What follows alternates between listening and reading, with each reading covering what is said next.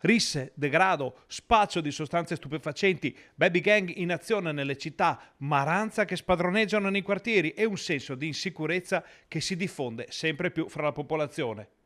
Gli amministratori e la politica rispondono alle richieste della gente che si ritrova ad aver paura anche di uscire di casa e il primo passaggio è quello legato alla certezza della pena. Ci vuole la certezza della pena, questo è fondamentale. E quando si commette un reato, il cittadino deve sapere che chi viola le regole poi prevede anche una sanzione e quindi la sanzione sia effettiva ed efficace. Quando una qualsiasi persona si renda protagonista di un danneggiamento, si sa che deve pagare per quel danneggiamento, sia in termini monetari che in termini di responsabilità penale.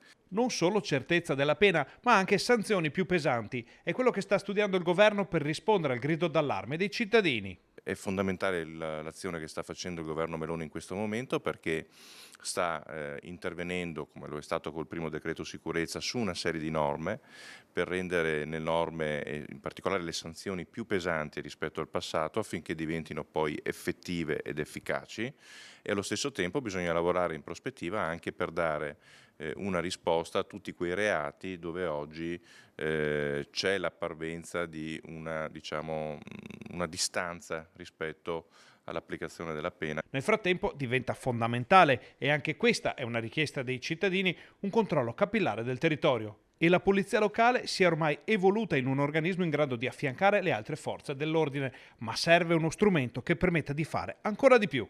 È fondamentale, secondo me, anche il turno notturno per le forze di polizia locale, ormai in tutti i comuni, soprattutto i più grossi d'Italia.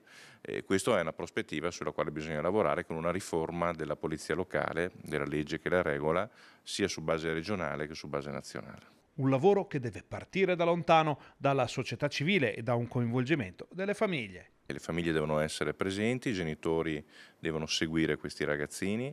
Nel caso in cui ci siano anche tra questi ragazzini persone di seconda generazione, quindi di origine straniera, bisogna andare a colpire anche in maniera forte chi ha un permesso di soggiorno.